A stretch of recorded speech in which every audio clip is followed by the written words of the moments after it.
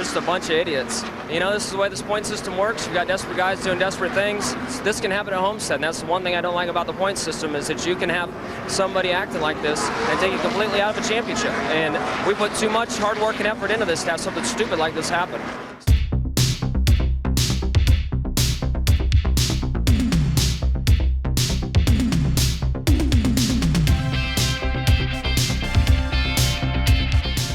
You guys ready to rock and roll? Rocking. I don't know who else is rocking. Our listeners always rocking. You're rocking when you're listening to Flashback to the Track with all the hottest hits from the track. I felt like a radio DJ right there, Mark. I don't know. I felt like we need to get one of those buzzers that goes bing, bing, bing. We'll make a just need a soundboard with a bunch of different sounds, like a morning DJ host. Traffic updates. And just like read random headlines and places, and then that's my day. Radio DJ. Everything's really bad. That's the headlines. Things aren't good. But yeah, what is good though, James? Talk about old races. Yeah, Mark. And everyone, welcome to Flashback to the Track. That's Mark. I'm James. Talking about old race here, like Mark said. Mark, if there's any period we like to look back and just really analyze, it's the mid 2000s. The mid 2000s, man. It's when I became a NASCAR fan, and it's what I'll always hold near and dear to my heart.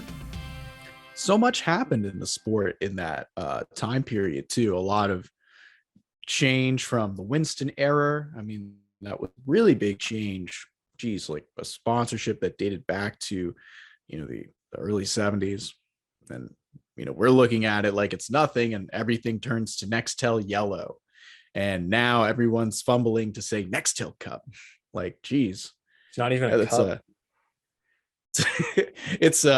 It's actually funny that was made by Tiffany & Company, that trophy. I don't know who made the Winston Cup, but they should have named it the Winston Cups, because there was like 3 cups on that trophy. You cannot drink alcohol or eat cereal out of the Nextel Cup because it is not a cup.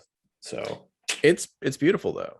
I think that trophy is one of the best looking trophies in motorsports. Like if you had that in your trophy case, specifically just Jimmy Johnson, or even Tony Stewart, he's got his, he can flex, and Harvick, but just walk up on those, like, whoo, that's a nice trophy, especially when it's nice and shiny.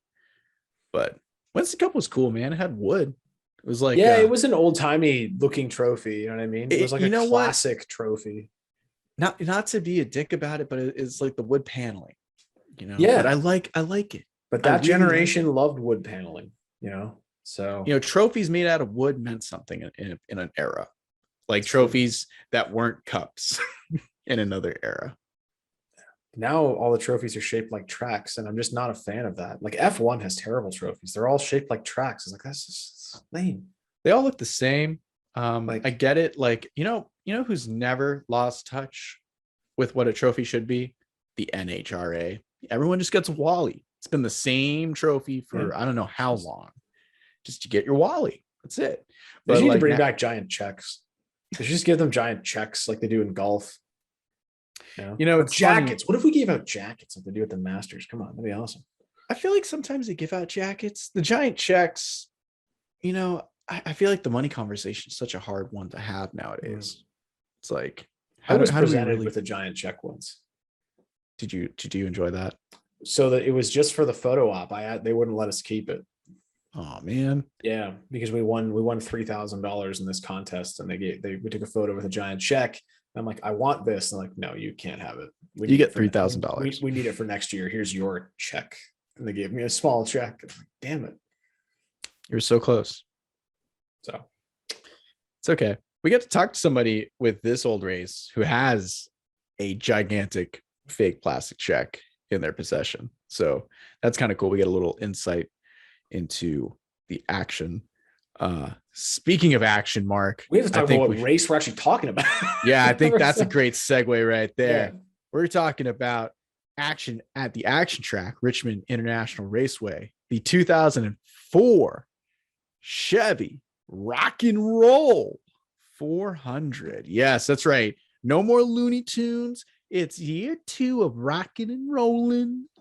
I think this is like a Warner Brother Music and AOL Music were like the people behind this one. Because the Warner Brother group was the originators with the Looney Tunes gig, because that's the owners of that commercial property. I liked the Looney Tunes. I thought it was cool. It was kind of strange to see. It was an interesting era. It's like, okay. Because when I got into NASCAR, like I was around this time and I was playing like the older video games from like 2002 and stuff. And I'm like, why does everyone have a Looney Tunes car? Like in the paint schemes? Because I didn't know, right? I was like 12 years old and I like didn't know. But then you figured it out as you look back on history. But yeah, the rock and roll cars were cool, man. They lasted for a few years, through 06, I think they did them. Oh, maybe 07? 06, 07. I think the name stayed until 07. If I'm not mistaken, it may have lasted till 2009. Jamie, you looked that up for us. Thanks. Jamie? No, but something about those paint schemes was the eclectic mix of artists. You talk about like the Warner Brother, like Looney Tunes, like all the Chevy cars basically had like Looney Tunes characters, and you had different varieties of characters. Well, when you had the rock and roll cars, all the Chevy teams that were participating would have these artists, and it would be anything from Trap to Uncle Cracker to Hootie and the Blowfish. Yes. Green Day was on a car. Nickelback was on a car. Jeez, who else was Red Hot Chili Peppers? Red Hot Chili Peppers was on a car. And Kiss a bunch of times. Kiss was on 3 cars one year. And I think the Red Hot Chili Peppers car was Ron Hornaday too. It was Ron. No, Hornaday. I think it was. Or no, it was Clint Boyer. Yeah, it was Boyer. Clint Boyer, 06, I think. And I remember the 47 truck this year in 04. For all of their different races, they ran like that all-star thing where they had cup drivers drive, and everyone had like an artist, like a Warner Brothers artist on the car. Like there was like a Sheryl Crow truck and a Big and Rich truck, and it ran at a bunch of different races, not just at Richmond. And I think it was a Kiss truck for the Richmond race. No, the Kiss truck was actually Matt Crafton, and it was all the GM. Oh, that's right. Yeah. Cars. But it was a Chevy country all-star program. So something like that. Yeah. They had all country artists on that 47 truck. And then they had a bunch of different cup drivers from like Robbie Gordon, Ricky Craven, Tony Stewart, Michael Waltrip, Bobby Labonte, all running in it. And it was kind of interesting program where you have like the manufacturer involved with like a outside commercial entity, and it's just like great to have money flowing in what a time that can alive. Exist. Yeah, now we're so fortunate that we got to watch that back then. My God. Yeah, and on a vehicle that could go and win. I think like Bobby Labonte won actually. He won at Martinsville in 05. Yeah, during that period. So it was very competitive throughout that time too, because Setzer was ultra competitive during that time. So nowadays you see some collaboration and it's on a back marker car. No offense to the back marker car, but it's like we need the money and they want to be associated with NASCAR. So it's like you're saying, different how times have changed with that. So no car really to write home to mama about and say, hey, give me this die cast from the 2004 edition. Those Kiss cars are pretty sick, man. If you're a Kiss fan. The Kiss ones are dope. The Kiss cars were cool though. I find with Kiss, like you either meet people who really love Kiss or really hate Kiss, and there's not really like a middle ground. I believe I'm kind of the middle ground. Like I don't mind Kiss. Like when Detroit Rock City comes on the radio, I don't change it. I leave it on because that song's baller. They have some bangers, man. You got to respect the bangers, even of bands you don't like. So there is a banger I'm trying to remember right now. It's an older Kiss song. I'm going to be honest. I'm in the same boat too. Like, I dig Kiss. I understand where their place in history is. I'm not going to buy tickets to a concert. I don't know, dude. I've heard that a Kiss show is one of the best concerts you'll ever see. Have you seen the Kiss supercars? They sponsored 2 supercars in a race multiple times in Australia. Like both cars, and the fire suits were actually like the 4 Kiss guys. Like nice. It was unreal. But yeah, so Kiss will put their name on anything. They owned an Arena Football League team for a while. They did. That was interesting. And Gene Simmons was the face of IndyCar for quite some time too, which brought a lot of relevancy back to the brand, to the band. Strutter was my favorite. Strutter. Oh yeah, it's a banger. It's a good riff. Love Gun. Yeah, Ronnie, because it's about my junk. So they're such a silly band too. The disco album. I was made for loving you. That song's awesome. I was made. I can't. Just like that, we're gonna get a DMCA pull down this. I like Kiss. When I was, like my adolescence, like late teens, I really got into them and understood what they, were doing, and kind of saw some like not biodocs, but some of their docs that they had, like their live concerts. And you're like, okay, I get it. I get what they do. And it's kind of cool. Like, I dig it. I wouldn't try to go see a show, because it's not like you're going to a club and seeing like a decent sized concert. Like, I would go see a Kiss cover band in a second. I would go see a Kiss cover band, no problem. Because it's just like you're seeing Kiss, because they're playing characters, right? It's like the same thing. It's funny to kind of bring it back here. Like at New Hampshire, there was a really good AC/DC cover band, down to the outfits and everything. I was amazing. If you're gonna do it, like, do it right. You got to dress the part and everything. You do. So to really bring it back to this, 2003, I remember Trapped performed at Richmond. That was really dope, because they were on Robbie Gordon's car. And at that time, dude, I was hardcore vibing to Trap and that Headstrong song. It was, and I had that CD. I don't know why, but there was some referral program. You order CDs and you get them in the mail. I don't know why my family had that. Yeah, we had that too. And one of those came and it had Trap's first album in it. So we had that. So I vibed with that. That was kind of cool. And also with 2003, I think there were better rock and roll cars. There was the Sugar Ray car. I remember that one was there. Hootie and the Blowfish. Hootie and the Blowfish was 2003 as well. Yeah. Who else was there? That was Uncle Cracker as well. Uncle Cracker. Oh, so many genres in one man. My God. Yeah, Hootie and the Blowfish. Remember, we saw Darius Rucker at the 2020 Daytona 500 because he played the pre-race concert. We did not see him at all. No, we were sitting in the media center, but we heard him, and he did play. He did play "I Only Want to Be with You," and I was like, "Damn straight." I only want to be with you. You see the weirdest bands play pre-race concerts. Like, remember when we were at Homestead and we saw the Gin Blossoms play like beforehand? I'm like, James, real quick, I'm gonna go shoot this Gin Blossoms concert. That's because we weren't cool enough to go during the Trapped era. Oh, Trapped's performing, cool. And we weren't cool enough to go to the Southern Mountain Dew 500 when Shaun White was the Grand Marshal. Like, excuse us, Mark, we weren't extreme enough for the early 2000s. Yeah, we didn't go see Bon Jovi in the 2006 Daytona 500 pre-race show. I still remember watching that, man. Oh yeah. Yeah, that was a good one. I remember the pre-race show was kind of cut short because of the rain. But let's bring it back to these paint schemes. You made a note that I think you're correct, that Jeff Green has the best paint scheme in this race. He does. And honestly, Petty's throughout the early 2000s did, especially the 43 car. Kyle was no sloucher in that 45 car. The Brawny car had some good paint schemes. GP, they brought some good ones. But this Grand's Biscuits car, I don't even eat no Grand's Biscuits, but I'm vibing with it. It's all over the place, a lot of colors, but I dig it. And you know what? Jeff Green has a good run in it. And so he makes it look good by running. Richmond's a good track for Jeff Green. It is. Sleeper driver at Richmond. But you know what? I got to say, controversial opinion, I wasn't really a big fan of the Petty Blue Cheerio schemes. Ooh. I never was really a fan of them, because now that we've seen Cheerio schemes like that have been awesome, like with yellow and black, and like, I'm like, those are so much better. Because I get it. We have to have Petty Blue. Right, like, it's okay. I thought the laziest paint scheme ever was the Chex Mix one, where they just used Petty Blue and put Chex Mix logos all over it. Hey, you know what? That was lazy. We can save money on paint. Let's do it.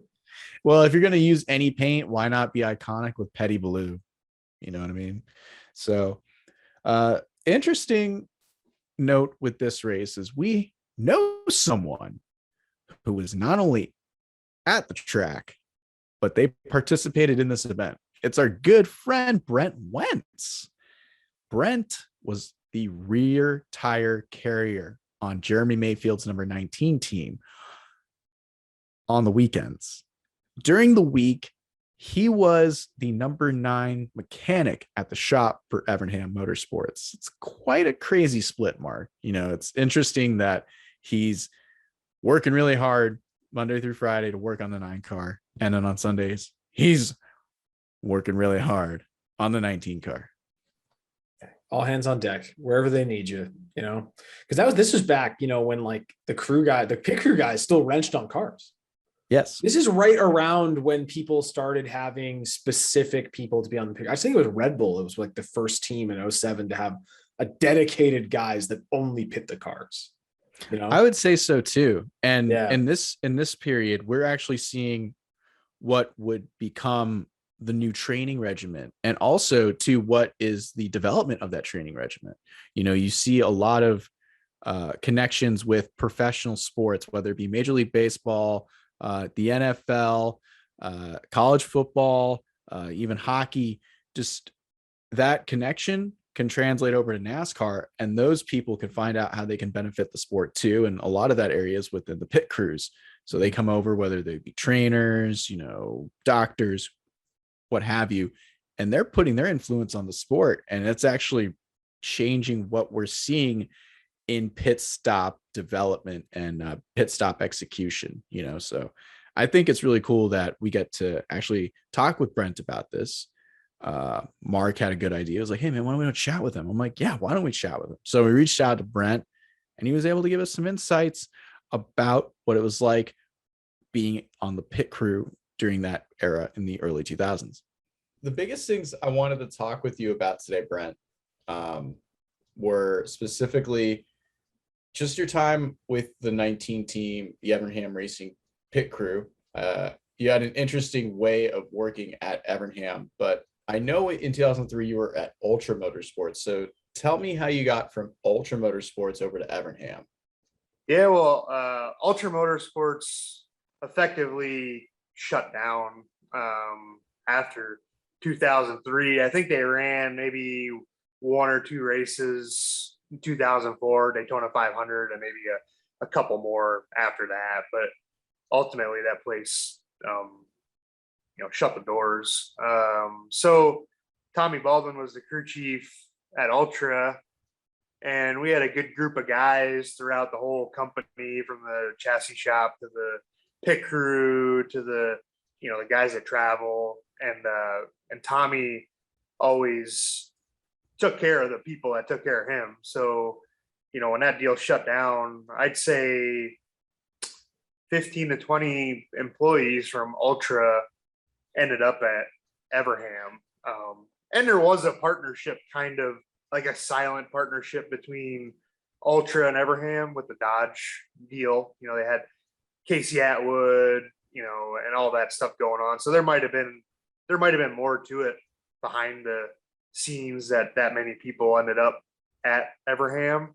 But eventually Tommy was crew chief for Casey Kane, and a lot of us went up there and worked. So I was hired as a mechanic for the 9 team with Casey, and then I pitted the 19 with Mayfield on Sundays. So it's kind of a weird deal. You worked on one, and on Sunday, you switched superhero costumes, and you went over and worked on the other. So during the race, it was like you're watching the car that you prepared and worked on, and then you're watching the car that you're pitting. So it was, if you wanted a team aspect, I guess I got it right there at Evernham in those years. Yeah, I'd assume like the closest person to relate to you would be like Ray Evernham, because like he's got a dog in both fights right there, and you do too, because you're working on one Monday through Friday, and then like on the weekend, like you're saying, pitting the other. So something that I noticed too a little bit throughout time was that the training regimen for pit crews has ramped up significantly, but the number 9 and 19 teams specifically throughout the early 2000s, they were a constant pit crew. Talk about some of the training you guys did during that time frame, and then what was that like? How much of the day was training, and then who was really training you? Yeah, I mean, you'd always have morning workout sessions.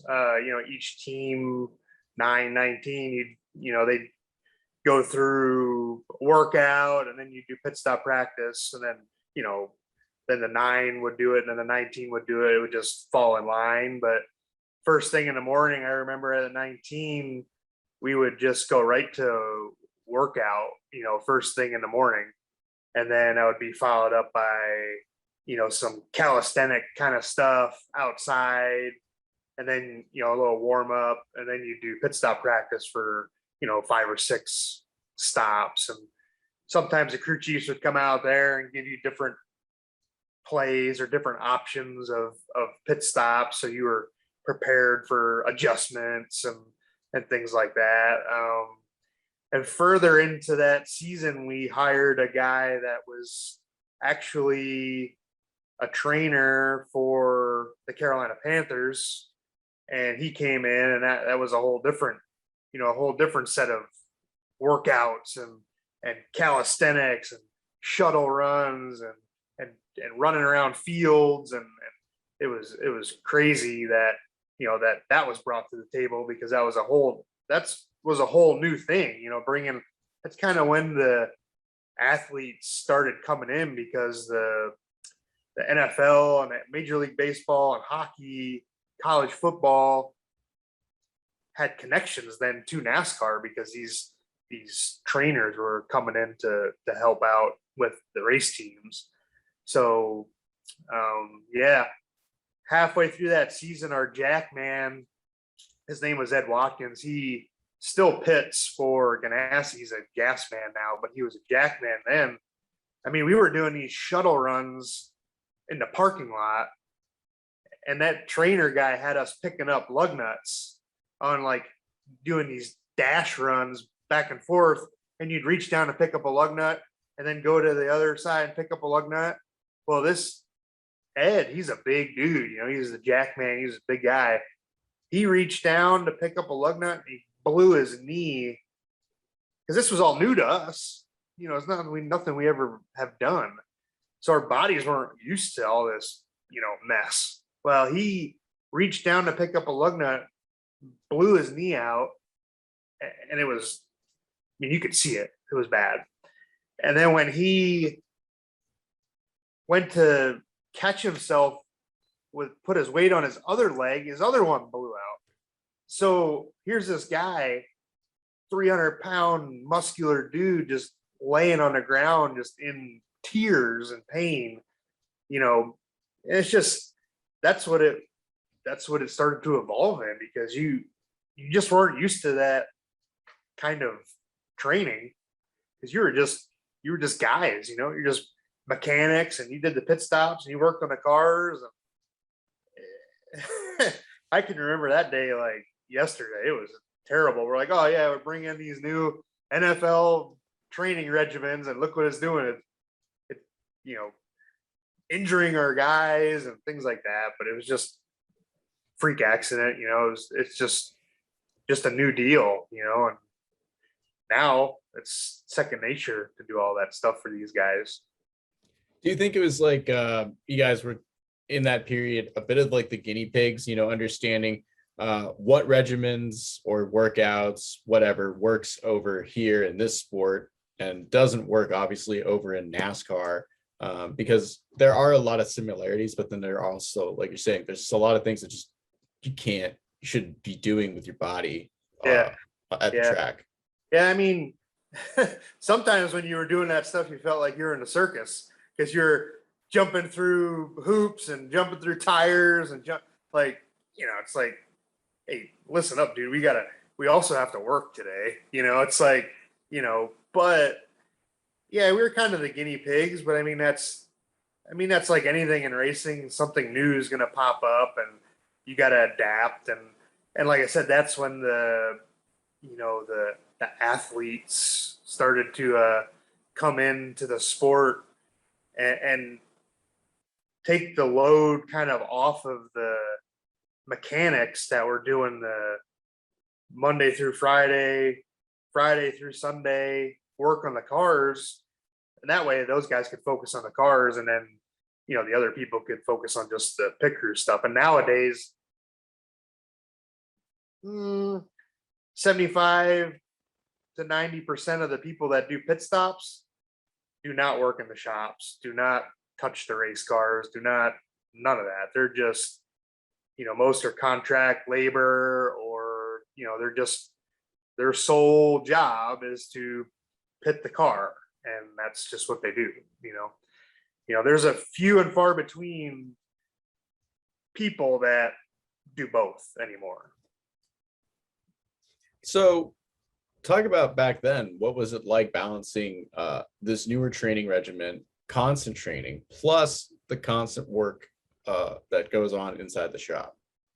Yeah, it was a lot. I mean, your days went by quick because you were just, you barely had time to eat lunch, so you did your workouts, you did your pit stop stuff, and then, lo and behold, you get to take a shower after you do all that, just put on your work clothes and get back over to the car side of things. And, those days, it wasn't like you had a travel day or a Monday off, or you were just constantly working. But you didn't know any different because it's just the way it was, not because you just had to do all those things, and that was just second nature. If you grew up in the Busch series, like I did, like 1999, 2000, 2001, you did it all. You you washed the hauler, you built the cars, you did pit stops, you did it all. You traveled with the team, you worked Friday, Saturday at the racetrack, you did it all. So it wasn't anything new to most of us, working that hard and picking up, there wasn't really any slack. You just did it all. Stuff, Mark. I feel like that was one of the teams in the early 2000s. Much like you say, Red Bull really changed it by having the individual crew members be specifically just pit crew guys. Around this period, just the training that went behind being a pit crew member, I feel like that was revolutionary during this period. Yeah, like that's the thing. The big deal is just like really focusing on this being a very important part of racing. This is when we were starting to see 13-second pit stops, and that was really fast back then. I know that five-man pit crews do them like 11 seconds now, but like 13 back then was pretty fast. And they were allowed 7 or 8 guys over the wall at that point. I think it was 7. Because you had it was 7 because you had the catch can. And you had a guy who could service the driver. Mm-hmm. Or did they start that in 05? I can't remember what year they allowed somebody to go over the wall and hand the guy like a bottle of water. They didn't have to put a stick out anymore with a bottle of water. They could actually send the guy out to do it. But yeah, man, it was a crazy time. Like for this really started becoming super competitive, and every team had to catch up. It had to be like, hey, like you guys can't just wrench on cars and then like do tires in the weekend. You have to be really, really good, because you make up tenths on the racetrack, you make up seconds in the pits, right? And that's the thing. And in this race with Jeremy Mayfield's crew, like we'll see that play a crucial role later on in the race. That's right. Because like the biggest thing about this race and with Jeremy Mayfield is that Mayfield is trying to fight to get into the chase, the top 10 in points. That's right. We have not even talked about it because we tried to ignore the elephant in the room, but the elephant's been staring at us and we have to talk about it. And that's the chase, the inaugural chase for the NASCAR Nextel Cup. This is the final race to get in. It's race 24, Mark, of the 2004 season. And there are 15 drivers that have a mathematical shot to be within the top 10 in points. So towards, I believe, 7th place in points, that's really where the heat is on, to where either you can make it or you can break your season right there and you can be eliminated from the chase. So kind of fill us in a little bit on some chase scenarios, because Mark, it's really, really tight from 7th on back. Yeah, it's pretty crazy. And if you want more info on how the chase works, go back, watch or listen to the last podcast. We did a whole breakdown of how it works. It's the same in 05 as 04. So just go back, check out that podcast. But so Kurt Busch, he's in 7th. And to make sure that he's in the chase, he is the easiest thing. He just has to finish 41st or better. There's 43 cars in the race. So as long as 2 crash out, he's golden. He's going to make the chase no matter what anyone else does. Ryan Newman's in 8th. But he's 404 points behind the leader, and he's only 20 points ahead of 10th. Back then, you got 180 for a win, and then it just went down from there. 190, actually 185 for a win, 190 if you won and led the most laps. I think it was 180 and then 190 if you led the most laps and won, because you get 5 for leading 1 lap and then 5 for the most. So total 190. So it's 185 for winning, because you would get one. Oh, that's right. Bonus. Sorry, I think 05 they made winning worth 5 points more, like the next year, I think. The next year, it was okay, because they're like, oh, how can we get it to be closer? You're right, for 06. Yeah, for 05 and 06. Yeah. Ryan Newman, he has to finish 7th or better to be guaranteed, regardless of what anyone else does. Obviously, that will fluctuate, but so to have his own destiny, as long as he finishes 7th or better, he doesn't have to worry about anyone else. Casey Kane, he's had an interesting season. I believe he ends the year with like 13 top 5s, but like 20 some DNFs. So he has 6 second place finishes in the season. It's his rookie year, and he finished outside the top 25 at Richmond in the fall. So that could come into play here. He has to finish 4th or better to be locked in. So that's a tall order. And then Mark Martin, the legendary Mark Martin, is 10th place in points. And he should know by lap 30 if he can win this race, because this is good because he's going to have to go all out for the win at Richmond. He needs to finish 3rd or better to ensure he's in the chase. And then the rest of the guys, so Jamie McMurray, the 11th place driver, he has to win. Bobby Labonte has to win. Dale Jarrett has to win. Jeremy Mayfield has to win. And Kevin Harvick has to win. And some of them might even need some help along with that, even if they do win the race. So it's so tight this year, man. It's crazy that all these guys are mathematically alive in this like final race of just this like shootout. It's like, hey, all the chips are on the table. Let's go. And this is an awesome race. It is. And the biggest thing to note about it is it's not just the top 10 that will be taken in to the chase. It is actually the top 10 or the first set of drivers within 400 points of the leader. So looking down at the points breakdown, Kevin Harvick, the last driver mentioned in 15th, he's 480 points back from points leader Jimmy Johnson. Mark, you can, like we said, you can gain 190 from winning. Honestly, you can lose a lot too by placing 43rd. And there's a lot of people that have bullseyes on guys like Jimmy Johnson and Jeff Gordon, who are at the top of the points, trying to get them knocked down so that more drivers could be eligible for the chase. It's going to be really interesting to see how that plays out too during the race. And like we kind of mentioned a little bit, bonus points, they matter. Leading a lap and leading the most laps are crucial because those are 5 points that you get, no one else can. And with the way the positions break down, really the only way you're gaining 5 points is if you're passing people in the top 6. From further on back, you're only gaining 4 points from 7th through 11th and only 3 points from 12th to 43rd. So you really want to get up there and lead a lap, at least get those 5 points, because that 2 extra points can be very valuable later on down the road. Yeah, last place paid 34 points. So the most you could ever gain on someone in a race is 156. If you win the race and lead the most laps, you can make up 156 points if the other person finishes last. So that's the absolute maximum you can make up. So this, like, you watch this race and you're just watching the points fluctuation throughout the race, and it is insane. Mm-hmm.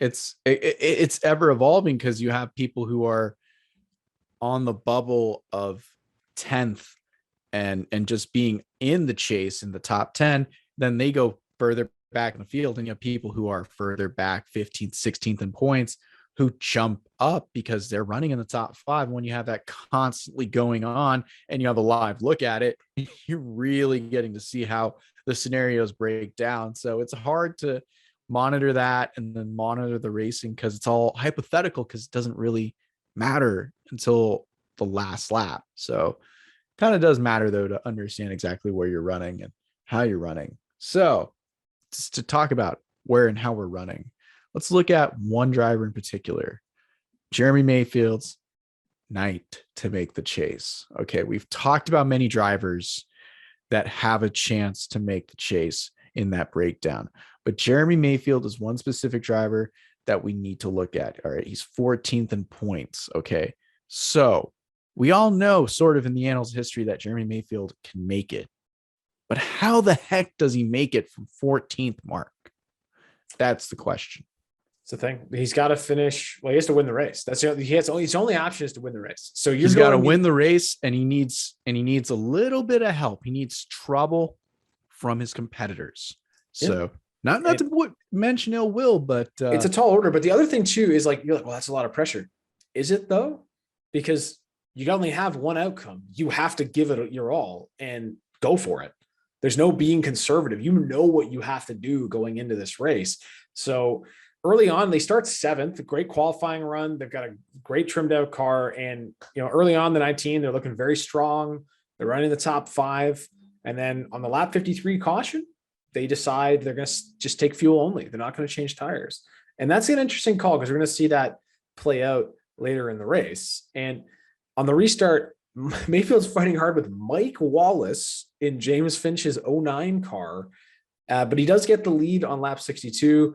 This battle rate, this is a great battle, man, with the two lanes at Richmond. You see that side-by-side battling where like Jeremy's trying on the bottom, but Mike just has a run off the corner that's just great and can stay ahead of him.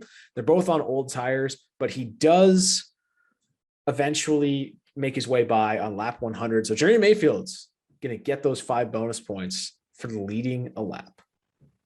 Not only does he lead a lap, Mark, but he goes on to lead 16 laps. And then Kurt Busch is going to be the class of the field for a little bit. He takes the lead from Mayfield, but Mayfield's pretty quick. Honestly, even just sitting in second, he ran the fastest lap on the track.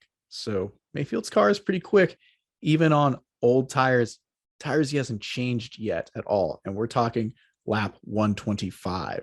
Now on lap 143, he would settle into second, and then caution came out. Leaders were brought down pit road.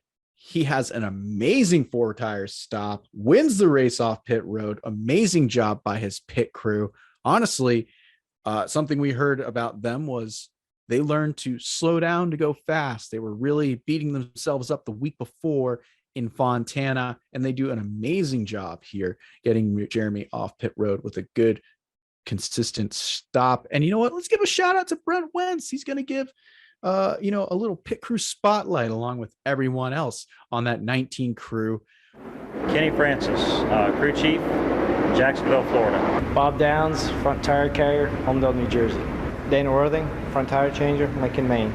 Rick Pennington, Jackman, Oakland, California. Brent Wentz, rear tire carrier, Lehigh, Pennsylvania. Mike Jansen, rear tire changer, Sibley, Iowa. Tank Probus, Gasman, Louisville, Kentucky. Rich Muckenthaler, catch can, Turner, Michigan. Greg Miller, pit crew coach, Akron, Ohio. Let's talk with Brent a little bit about what it was like that night at Richmond. So I'm going to take you back to September 2004. All right. So Fontana race weekend, 19 team, struggle a little bit that weekend. But during the training the week before Richmond, it said that the team found out it was better to slow down to go fast, that classic motto, but it was applied to the pit stops. Do you remember that time period in the training before that race at Richmond? Yeah, I mean, you went into that mindset. I mean, it is what it is. It is easier to slow down to go fast. I mean, it works that way with racing too. You tell the guys that are driving the cars that you need to save fuel. They're backing up the corners. Their lap times are faster. So you're like, hey, are you saving fuel? Yeah, I'm saving fuel. Well, your lap times are faster than what they were when you were out there digging, so it works in both ways. But yeah, I mean, we went into that Richmond weekend, the 9 team was on the verge of being in the chase. The 19 was like 55 points out or something like that, needed to have a perfect weekend to make the chase. So here I am on one car that's kind of in, and then on the other car that needs to make it in. So it's kind of like what the RCR guys are dealing with this weekend. They got one in, one out, same thing. So yeah, just we went into that weekend knowing that we had Kenny Francis and the 19 guys knew they had to have a perfect weekend. And the 9 team, had to pretty much do the same, and lo and behold, I think Kurt Busch was leading the race with 10 laps to go and ran out of fuel. And we inherited the lead, and Jeremy won the race and punched his ticket right to the to the playoffs. So a perfect weekend, led the most laps and won the race. Put him in, knocked the 9 out. So it was a weird, again, it was just a weird like flight home, because you got the 19 bunch that's happy and you were part of their deal. They won the race, so you're kind of like happy. And then you look over at your 9 team that you work with during the week, and they're all pissed off and sad. And then you're kind of like, oh, great, now I got to deal with those guys all next week. So yeah, it was interesting, but it was cool to be part of that. I think, to realize that format, the chase or the playoffs, has been around that long is kind of interesting.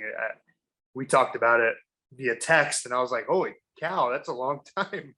It doesn't feel like it's that long, but it is. Yeah. It kind of puts it into perspective of like how long it's been around, but then also probably for you really puts in perspective how many years you've been doing this, and also how many teams you've worked for throughout your tenure, and all the roles you've assumed in that time period. This moment, this like whole weekend, how does this like rank in your whole like racing career? Because like you said, the whole wacky side of having a dog in both fights and just having to go with the up and down adversity of that, where does it rank? Well, it's definitely unforgettable. When you think about it, it's not something that would happen to a lot of people, because there's not a lot of people that were in that position. But you always say, one team, one dream, but your biggest competitor every weekend is your teammates. I feel like in any circumstance, if you're at Roush, it was the same way. It was like you seem like you raced your teammates harder, because you're getting the same stuff, right? From the same, everything's the same. We can all go over to the candy jar and pick out the same candy, right? But who can take all that and make it into something better? And that's always the competition between all the race teams, and that's still that way today. So when I suited up for the 19 on Sundays, I wanted to beat the 9. I mean, that's just the way it was. You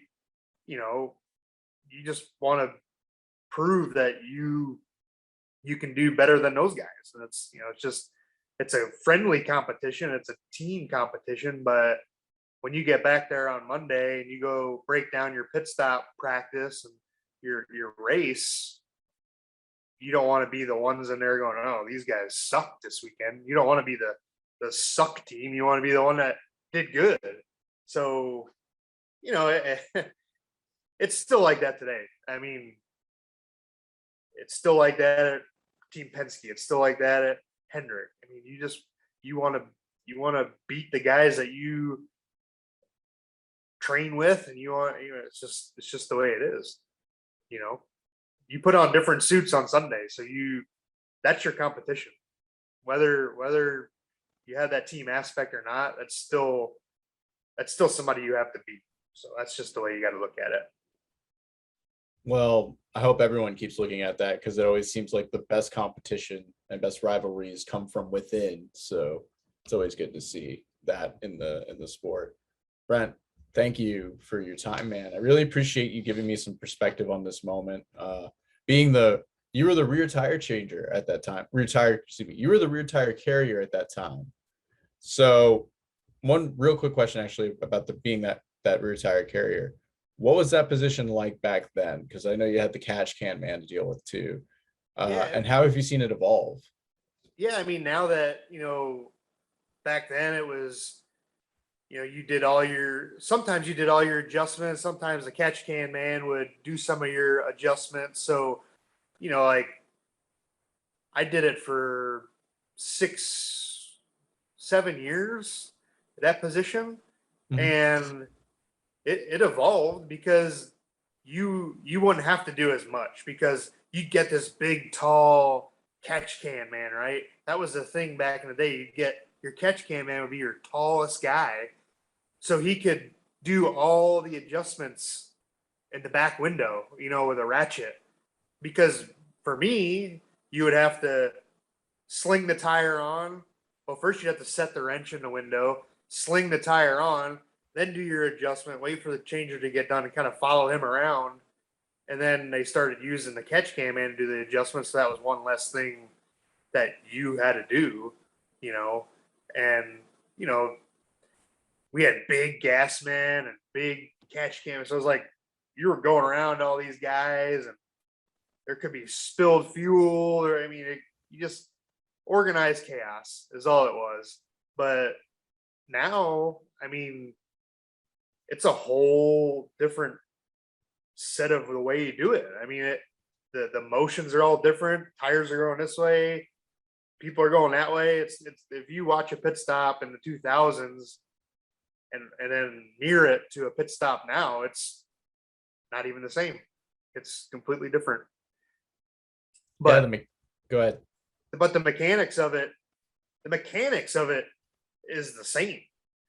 It's just the way it's orchestrated with less people, and how it gets completed is completely different. But the guys that do it now that have adapted to that new way, it's amazing how fast they still are.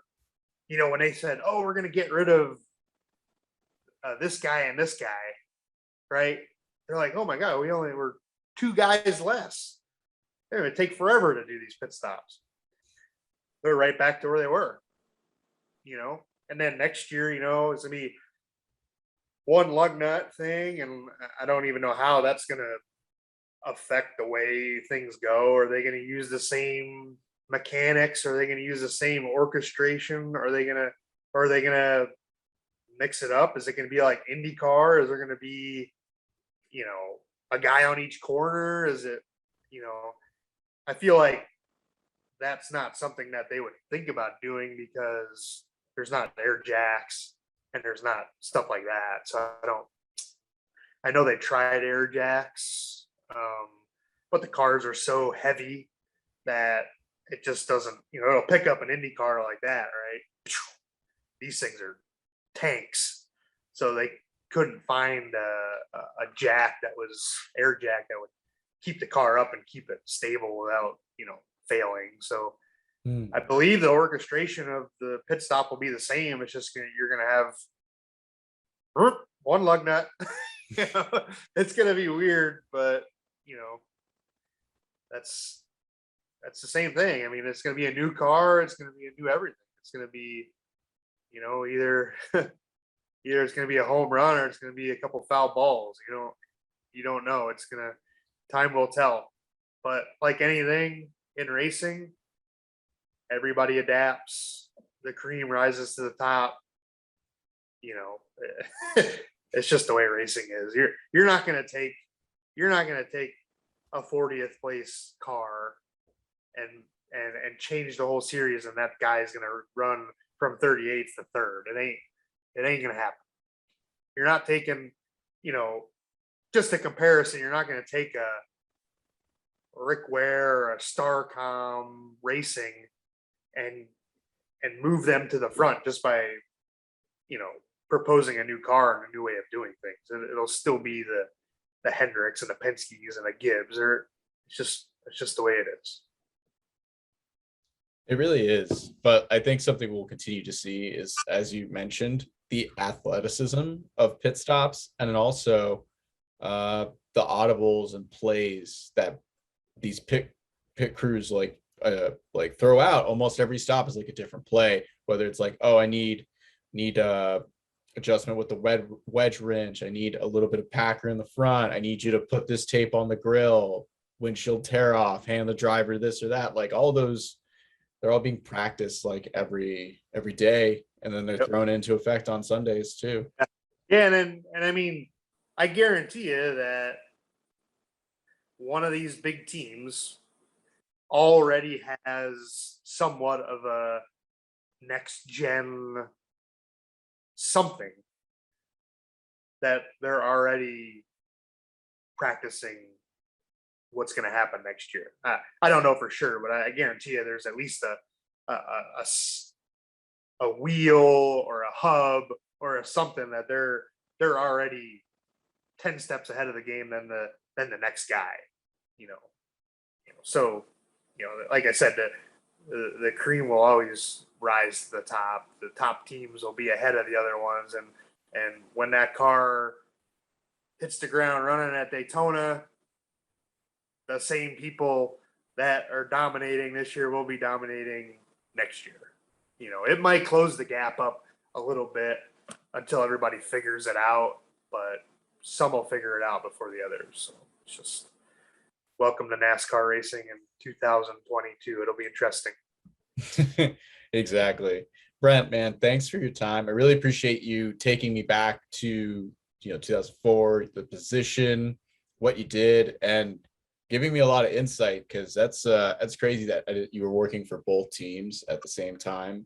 But like kind of like you're saying, like almost like a superhero. You go from like wrench in one hand on Monday through Friday, and then like you transform into this like pit crew athlete ready to sling a tire onto that hub when needed.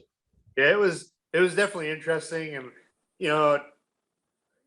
always thanks to Ray Everham. I grew up watching him race against my dad in modifieds in Pennsylvania, New Jersey, so it was neat to work for Ray and his operation, and just to be part of that for a couple of years. And that deal kind of fizzled out pretty quick with a partner here and a partner there, and unfortunately it didn't hold true for very long. But to be to have a little bit of skin in that game with his team, knowing the history of his racing career in the Northeast, it was cool to say that you worked for Ray, and it opened up doors and opportunities to do other things also.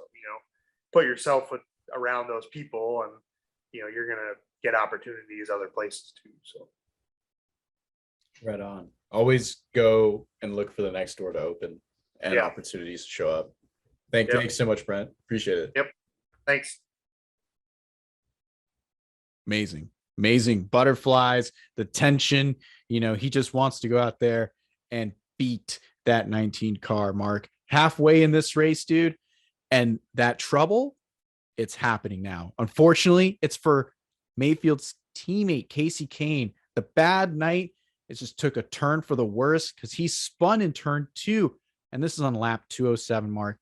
That's going to put the 9 a lap down and open up an opportunity for that 19 to break into the top 10 in points. It's actually going to open up an opportunity for a lot of drivers because, like you said, the points are just continue to fluctuate throughout the night, and that just throws a whole wrench into the chase breakdown. Yeah, so NBC actually during this race on the ticker had names highlighted. So if your driver's name was green, they were in the chase at that exact moment. If it was yellow, they were eligible but out of it.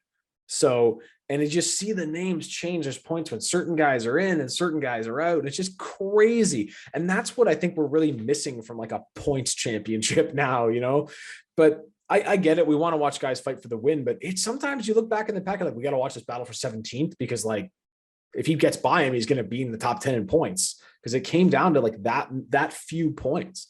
And I think this is the year the championship's decided by like 6 points or something. Yeah, 8 points. 8 points at the end. But I think the biggest thing with that is how many Hail Marys you're seeing through thrown by a lot of competitors. Bobby Labonte, he's looking super competitive right now, running up front, just driving really good.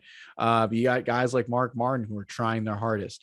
That big wreck that took out Jimmy Johnson, it really threw a curveball in there because it took a 60-point deficit that at least he had on Jeff Gordon out of it. So it took 60 points away from a lot of other teams to like get from the 48. And then also when the 24 started to have trouble, that started to really close up the points. And then it just starts opening up that 10th place battle. Cause even going into this race, man, they were super close for 10th, man. I think it was like 40 points. Getting back to it, Mayfield would battle with Kurt Busch for the lead, and they would go back and forth. Mayfield would get the better of Busch and drive away. Then Matt Kenseth came up and would battle with Mayfield before the 19 relinquished the lead so he could get onto pit road and get another amazing stop from his Duke crew. That's a good 15.1 second stop, Mark. Solid. The tires were on faster than the fuel was in there, dude. That's a great stop. Good to see that from the 19 team. And now he's back on the track after that lap 255 pit stop. And this is where it gets interesting because there's this whole cycle with the pit stops, Mark. But luckily for the 19, they're able to stay on the lead lap and actually get back into the top 5 during the cycle. Yeah, so some of the leaders get caught out here because they pitted the wrong time. So this actually really plays into Mayfield's hand. Now, this is something you see talked about a lot is like, let's pit early? Because if we pit now, there's a chance of us cycling back through if a caution comes out, right? And if you wait and you wait and you wait, and you're the last car to come down pit road under green, the caution comes out, well, you're going to the back when you pit under yellow. So it's just this constant argument you'll see happen at, even in races now, like where it's like, well, do we pit? Do we stay? What if there's a yellow? So he just lucked out. Honestly, that's just luck of the draw. Lap change 93, caution comes out. So he's still inside the top 10, does not get caught a lap down. Then as laps wind down, Kurt Busch is still leading Jeremy Mayfield, but Kurt did not pit on lap 293. And with 10 laps to go, the 97 runs out of fuel, giving the lead to the 19 of Jeremy Mayfield, who leads the final 8 laps, wins the race, James, and all importantly, makes the chase. And that's what's interesting is he probably would have made the chase in second. I don't think he needed to pass Kurt Busch, but I think passing Busch and dramatically winning the race added more value because even as they ran, when he got by Busch, probably around lap 315, when Kurt had his stumble, and Earnhardt was leading, Mayfield had jumped up into 10th in points, just running in second. So really just, you can't script it, but NASCAR would have wanted to script that, but that's what they wanted. And that's what they got. That's such an amazing story to see someone come from the outside, burst into the top 10, win the race, win the whole shebang. Congratulations. Hoopla. It's a celebration, man. That's the outcome you needed. And in the end of the night, with the way the points racked up, things were pretty close for that 400-point margin. Okay. The difference between first to 10th was 416 points. 11th place in points, Jamie McMurray was only 431 points out of first.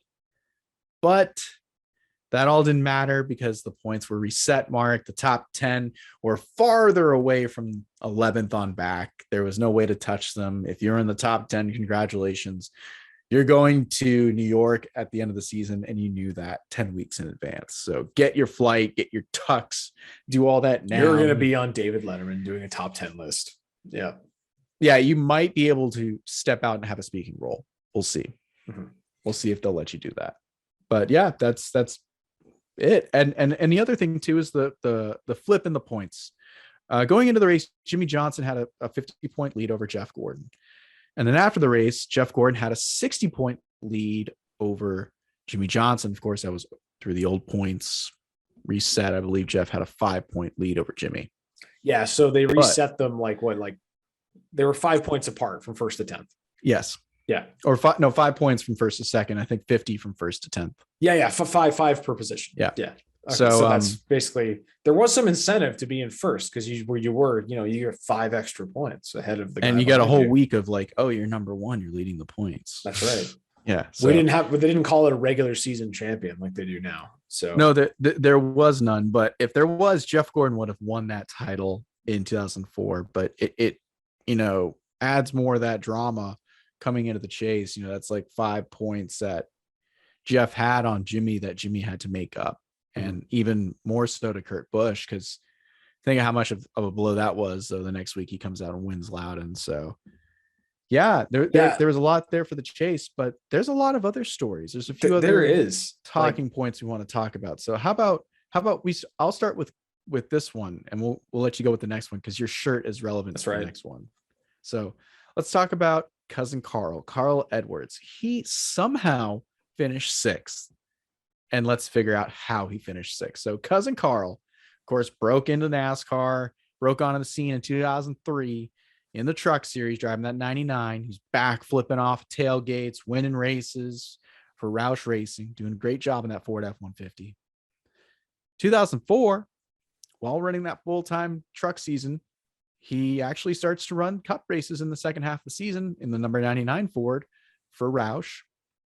And this race at Richmond is actually his 4th ever Cup Series start. So let's look at his night.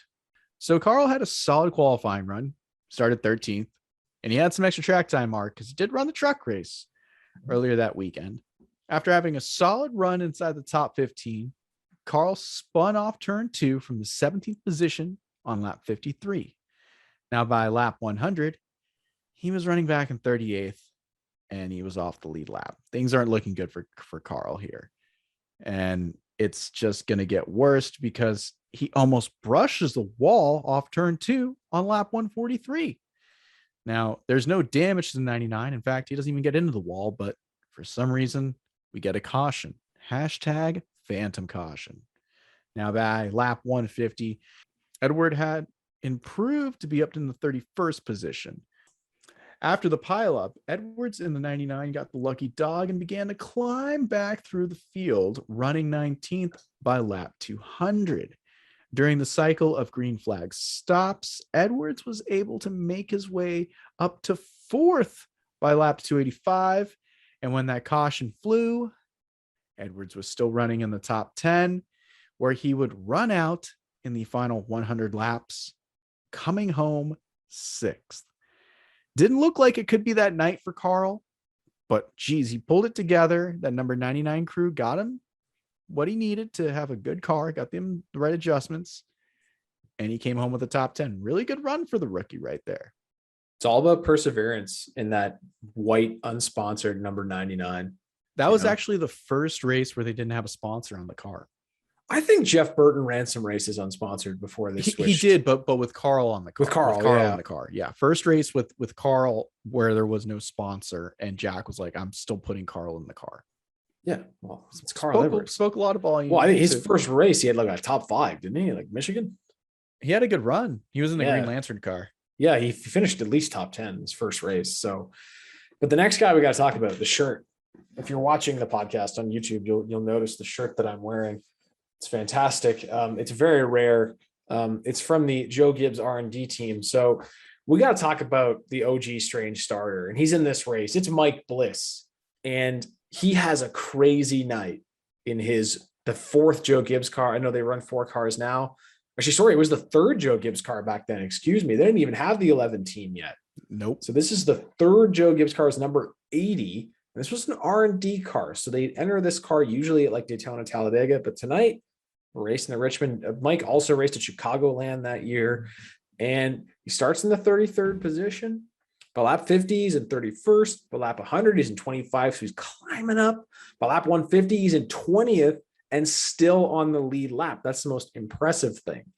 He even avoids the big wreck, and he's inside the top 25 at about the halfway mark at lap 200, even missing a spinning Casey Kane on lap 207. And he gets a shout out on NBC as he's going through the field. He has the number 80 in the 14th position. We're about 2/3 through this race.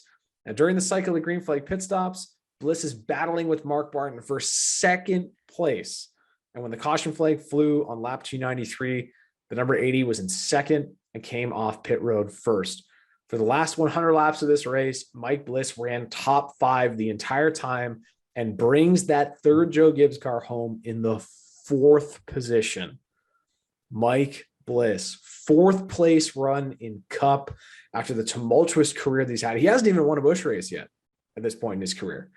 So he's the 2002 Truck Series champion, and he's finally getting a run in a competitive Cup car, and he finishes in 4th place. And at this point, has Gibbs even announced they have a third team yet? I don't think so. I think they announced it later on. I think there was rumors at this point, but yeah, there was like really no announcement that it was going to be the FedEx 11 car quite yet. I think it was a month or two away. So Bliss maybe, throwing his hat in the ring for that ride. Of course, we all know he ends up at Haas CNC Racing for 05. But man, it's just when Mike Bliss has a good night, it's a good race because we love Mike Bliss. The guy persevered his whole career. He drove for like 1 million owners. Go watch our video about Mike Bliss. I'm going to give a shout out to Steve Addington on the pit box as crew chief. That's I believe is also his Xfinity crew chief at the time. Amazing job. He went on to be Bobby Labonte's crew chief like the next year. Yep. And then of course, he worked for several great drivers. Of course, Tony Stewart was notable with Steve, and still I think he's the crew chief over at Gibbs in the Xfinity side. So Mike Bliss, top 5. Hunt's catch-up car. We found this shirt on eBay. It was $18 and we couldn't not buy it. So it was like my duty. I saw it. I'm like, we have to own that. Very important. Nice.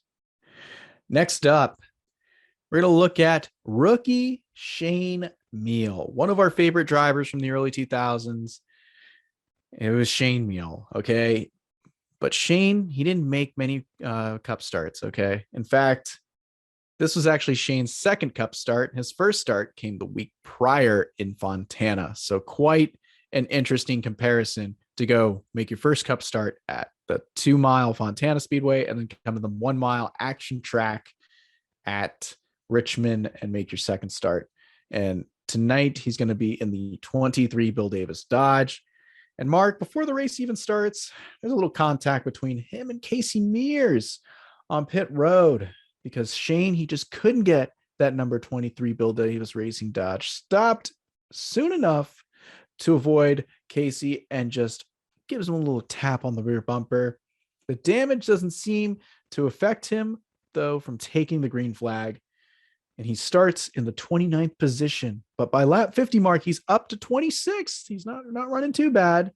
He's actually battling with Casey Kane and Robbie Gordon in the top 25 around lap 73 from that point, lap 73 to lap 76. So looking like he's got a decently competitive car. And by lap 100, he's still doing pretty decent, 29th place. But unfortunately, Shane's going to go a lap down on lap 119. He's in 31st position at this point. By lap 150, things aren't looking too good. Shane has fallen several laps down, running back in 39th position. He's going to fight with some other lap cars in the same lap. Robbie Gordon and Kyle Petty, they're all 3 laps down and they're fighting hard. But Shane did miss that big wreck. Unfortunately, he's 3 laps down. And at lap 200, it's really hard to come back from that deficit. And he's going to stay 3 laps down for the final 200 laps. But he's going to move up to the 29th position. That's where he crosses the line when the checkers fly. Not a bad run for Shane Meal. Could have been a lot worse if he didn't get it stopped soon on pit road. Wow. Yeah, still good run. Not a bad debut on a short track in a Cup car.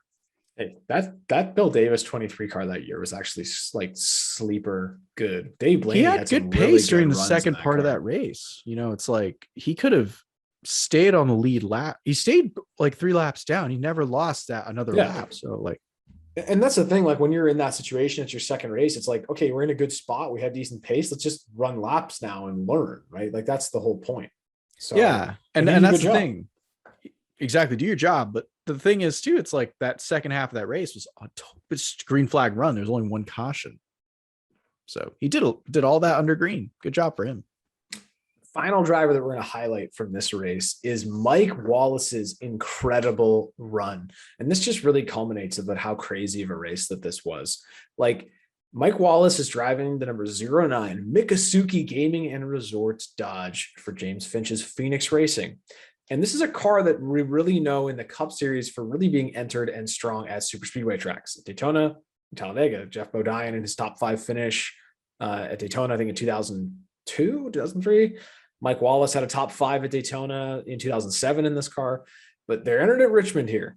And team stayed out on lap 53 and they cautioned into the cycle of the lead. And this is when they were battling with Jeremy Mayfield.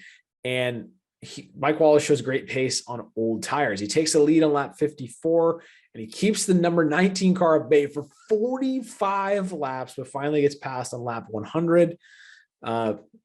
Back from the lead. So he's a little back from the leaders, but he still runs inside the top 5 until the team pits. They have to pit under green on lap 143 because they need fuel. Eventually they'll get trapped a lap down when a caution comes out. And on lap 150, Mike was 32nd. He's far from being the first car lap down and being eligible for the lucky dog. Fortunately for the 09 team, they did get in position to get the free pass when the caution came out on lap 207, and they got back on the lead lap. The 09 team then benefited when the final caution came out during green flag pit stops. While some of the leaders were on pit road, they actually gained some serious track position.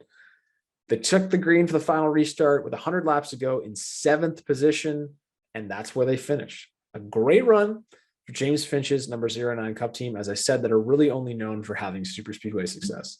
But they had good flat track cars. They were good at Richmond, and Johnny Sauter had a top 10 in this car at Phoenix in 05. So they did have decent flat track speed. And Richmond is a track where Mike Wallace is really good. He's good on the flat tracks and the super speedways, and he did a really good run. So they had, like you said, good flat track speed, and Richmond sometimes would be a track where it kind of was like an equalizer. A lot of teams could come there and, you had a good test and you felt like you had good notes and you could apply those adjustments throughout the race. You had a good car, good driver. Things could line up, and it was nice to see, like, every year, at least during the fall race, there was like 1 or 2 of these feel good stories. So it was good that Mike Wallace kind of got that with Finch. It's really good that Finch got that. It's always nice when he gets it, and he likes to put in winners. So Mark, it's our favorite time to talk to people about what we learned during this event. And I'll tell you, Mark, I learned a lot. First up, I learned the music playing throughout this broadcast. It includes some of the best 2004 hard rock classics. It's something you couldn't find on a Spotify playlist. You would have to probably just pick it out from the CD collection. Unfortunately, you could only get it from a CD collection that you ordered from Time Life Music right now by calling this number 800 something something something. I don't know. You probably couldn't get this music. It's kind of angsty. There was a point where we actually saw the American Online guy in person. He physically existed. He does saw exist, him. Yeah. It was during Countdown to Green, right when they were about to interview Kevin Harvick. Did you know anyone that had AOL? I had AOL for a hot minute because it was like, so you're the only person I've ever met that had AOL. Like, it was like early 2000s. Like, it wasn't even during this time. I think at this time we were on Roadrunner. Roadrunner was our thing with Time Warner cable, I think. Yeah, because we're still Time Warner here. Yeah, there was a very cringe 9/11 reference that Bill Weber made when he was picking Casey Kane as his pick to win. Probably is what jinxed Casey. Not great. It was terrible. Bill Weber, you're the curse that Casey Kane needed to cleanse himself of for 2005. In my opinion, it's Casey Kane, because if you take his car number and his starting spot, you get 9/11. Jimmy Johnson's team had a really great benefit on his car for the 48 team. Unfortunately, it all ended on lap 180 in that crash. It was a benefit for hurricane victims, and I always like these initiatives that Lowe's puts up. And during that time, I remember that the hurricane that came through the week before, I believe it was Francis. I don't know if it was Charlie. It might have been Charlie, and then Francis came up that same week and was like the second storm. But I was trying to watch the Fontana race, and I remember like our power went out, and it was all right, no race tonight. So missed that one, and it was just because of the hurricane. Well, they had a benefit where they would run a specific amount of laps, and there would be proceeds from that, and there was also proceeds from the same benefit during the Xfinity race. So they raised a lot of money with those benefits normally because Jimmy was really good and consistent, but unfortunately this night he got taken out, and that was kind of a bummer. So, oh well, still all for a good cause. And I think really what I learned here, this is all in all, this is a solid Richmond race. So we had like short runs, we had long green flag run at the end, and we had 2 grooves all night. Great racing side by side and differing strategies. We had weird guys in the top 10. Like, this was an awesome race. This is everything NASCAR could have hoped for in the first cutoff race for the inaugural chase for the Cup. You couldn't have scripted it better. A guy winning, getting into the chase, and having all these other things play out. And we had some serious contenders miss out. We had Jamie McMurray miss out, Dale Jarrett. We didn't even talk about it. Dale Jarrett was like murderer's row in this race. He was just running people over. Like he was like, I got to get to the front. And fortunately it didn't work. We got front. I think he ended up getting wrecked out in that pile up. Yeah. And yeah, it was an awesome race. Like it really was. This is such a good race. Like go check this one out. It's a great race to watch. It goes by really quickly. I found when I was watching it, which is weird. Like it's like green 300 already. Run. Jesus, like it's that green flag run, man. Just it's awesome. It's everything they could hope for. And really this first year of the chase, just if you were like, oh, I want to go back to the full season, I don't know, man. You got an 8-point difference at the end of the year, and the 10 races were just absolute bangers, all of them. And like to have the championship come down to the wire like that, and all those guys separated by such a small margin, like 2004 was such an amazing season. And yeah, like it was a great race. Like that's really what I learned, is that like, yeah, we were skeptical of this chase format and then realized that it was awesome pretty much right away. And to me, I think it's the perfect point system. I thought it was great. It was. Now it's been manipulated. It's all jumbled, but it was good. Win and you're in. It's definitely different from what it was, but it was kind of fresh. It was different.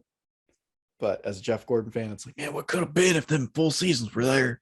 Would have won some championships, but would have won like 7 championships or whatever. Yeah. So either way, we would like to first thank everyone for listening. It was a really good podcast to dive into that topic.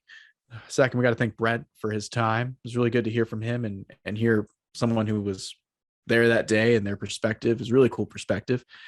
Finally, we've got to thank our partners at Blue Emu for providing us with maximum strength relief for our tired muscles and joints, and they can offer that relief to you. Go get yourself some Blue Emu. It's available online. You can go find it on Amazon, put it in your cart, get it sent to you. Go to your store, like your little drugstore, your grocery store, wherever. Get yourself some maximum strength relief from Blue Emu.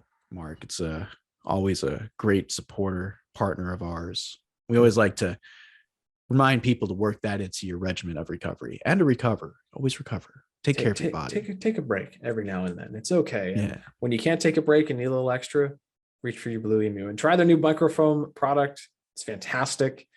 And check them out on social. They do all kinds of cool stuff on social. Every week you can vote for not only the maximum strength move of the race, but also which driver you think should get a care package from Blue Emu that needs maximum relief. So yeah, just tell them that they just send it if you have a good suggestion. Yeah. Any driver. At Blue Emu 1, you can suggest anyone you want. So exactly. Yeah.